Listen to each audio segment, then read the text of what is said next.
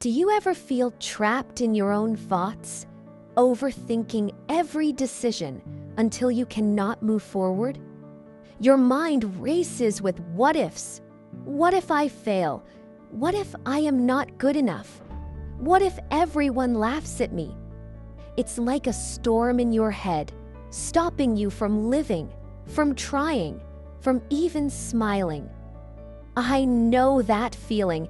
It's heavy, like carrying a bag of stones on your shoulders, and it makes you feel so alone. But what if I told you that you can stop overthinking and start living with 7 simple steps that anyone can follow? Hello, dear friends. Welcome to Rim2 Storytelling. I am so happy to be here with you today, sharing a journey that I believe will change your life. Many of you are here because you want to break free from overthinking. You dream of feeling light, of speaking English confidently, of living a life full of joy, not fear. That dream matters, and it is so important to change how we think. Overthinking stops us from growing. It keeps us stuck, afraid, and tired. But learning to let go can open new doors, new friendships, and a happier you. I have been there too. I used to overthink every word I said in English, worrying I would sound silly. But I found a way to stop, and I know you can too. Today, we will explore 7 steps to stop overthinking through the story of Emma, a young teacher who felt just like you. Let us find inspiration together and take the first step to a freer life. Emma is a 28-year-old teacher from London, passionate about her job but trapped by overthinking. On April 24, 2025, she sits in her classroom after hours, staring at a lesson plan she cannot finish. Her mind races. What if the students hate this? What if I fail? Emma wants to travel, make new friends, and speak English confidently at international workshops. But her overthinking stops her. She fears making mistakes, fears being judged. She imagines standing in front of a room full of people, her voice shaking, everyone staring, and it makes her want to hide. Emma knows she cannot keep living like this, but she does not know how to stop. One day, she reads about Albert Einstein, who once said, "A person who never made a mistake never tried anything new." Inspired, Emma decides to change. She sets a goal: to stop overthinking and start living, using 7 steps that transform her life. Let us follow her journey and see how she did it, and how you can too. The first step Emma took was to write down her thoughts in a journal. She wrote worries like, "I will fail my workshop," her pen shaking as her mind screamed, "This will not work. What if writing makes me feel worse?" She felt overwhelmed, thinking her fears would only grow on paper, trapping her even more. But Emma remembered Albert Einstein, who wrote down ideas to clear his mind while working on his theories.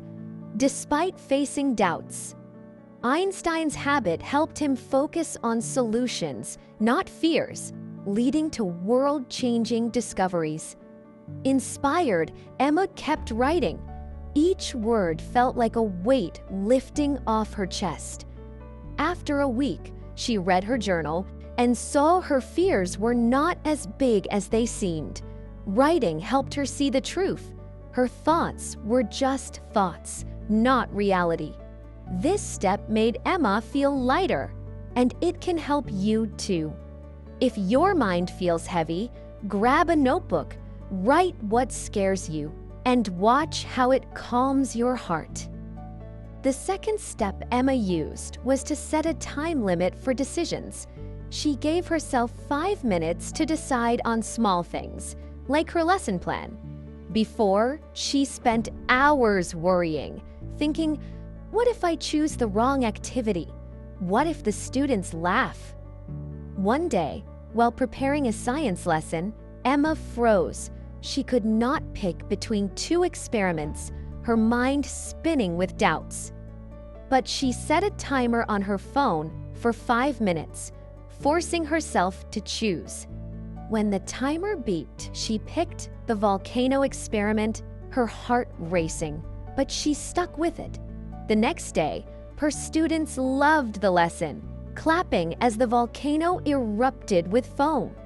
Emma smiled, realizing her overthinking had wasted so much time.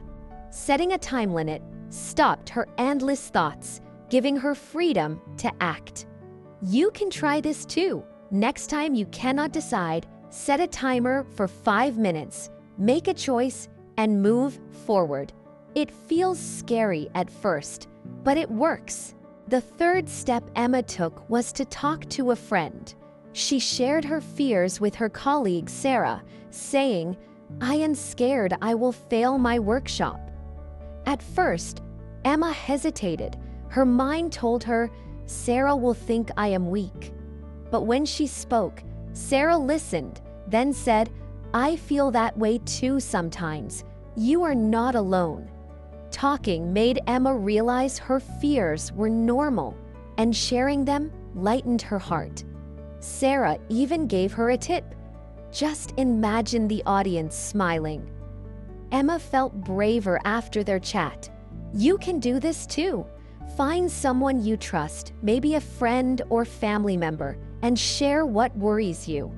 It could be as simple as saying, "I feel nervous about my English.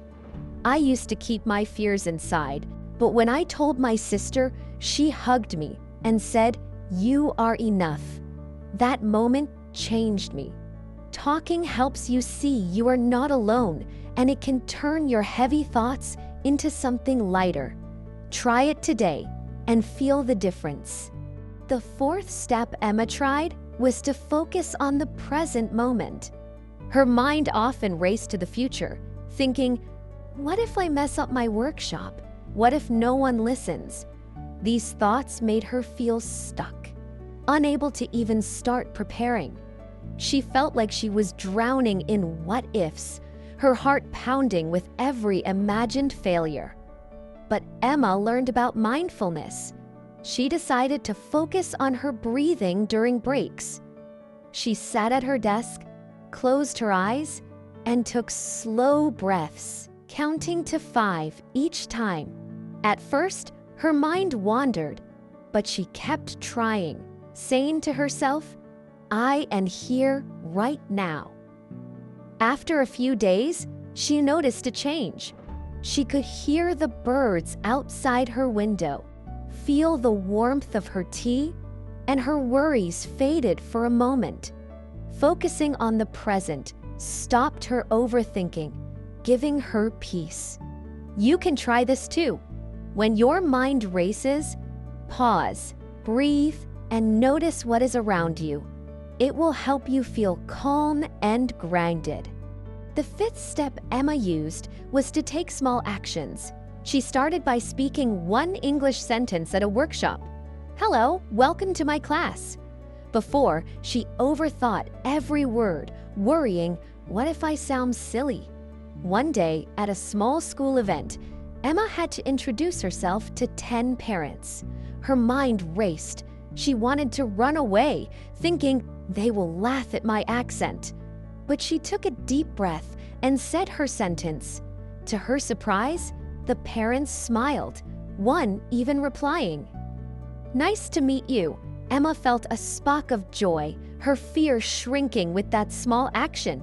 Taking small steps helped her build confidence, one sentence at a time. You can do this too. Start with something tiny, like saying, "Good morning" to a neighbor in English. Each small action pushes your worries away, showing you that you can do more than you think. Emma's small step led her to speak confidently, and yours can lead you to a braver you. The sixth step Emma took was to replace negative thoughts with positive ones. She used to think, "I will fail," her mind stuck on the worst outcomes. But she started changing her thoughts to, "I will try my best." This shift was hard. Her negative thoughts felt so real, like a heavy chain holding her back.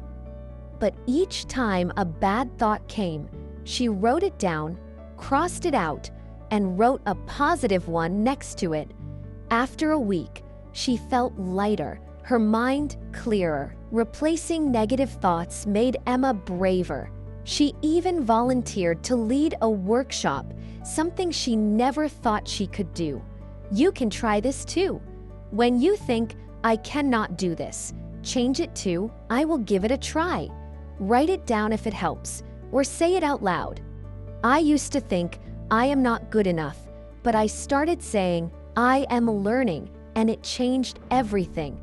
This step can free your mind, helping you see the good in yourself. Start today and watch your thoughts bloom. The final step Emma used was to celebrate her progress. She used to focus on her mistakes, thinking, "I'm not good enough. I should have done better." After her first workshop, she thought, "I stumbled on my words. Everyone must think I'm terrible." Her mind kept replaying her errors, making her feel like a failure, even though the workshop went well. But Emma decided to change. She celebrated small wins, like finishing the workshop without giving up. She treated herself to a cup of hot chocolate, smiling as she thought, "I did it." Celebrating gave her energy to keep going, free from overthinking. You can do this too. Each time you take a step, celebrate it, no matter how small. Maybe you spoke a sentence in English or finished a task. Reward yourself with something you love, like a treat or a walk. Celebrating helps you see how far you have come, and it makes the journey fun. Emma's celebrations led her to a happier life, and yours can do the same. Let us look back at Emma's journey. She stopped overthinking and started living, speaking English confidently at workshops, all with 7 steps. Albert Einstein, who wrote to clear his mind, faced doubts too. But his small habits led to world-changing ideas. He was once like us, unsure, but he kept going, trying new things every day. I have been there too, overthinking my English, worrying about every mistake. But I took small steps, and now I'm here, sharing with you, my dear friends. You can do this too. Start with these 7 steps. Write, set limits, talk, focus, act, reframe, and celebrate. Try one today. Maybe write down a worry or take a small action, like saying hello to someone new. Share your first step in the comments. I cannot wait to hear your story. If this video inspired you, like and subscribe to Rim2 Storytelling for more journeys to change your life. Let us grow together, step by step, like friends on a path to a better life. Have a beautiful day full of small wins, or a peaceful night, dreaming of a freer you. Thank you for being here. I believe in you.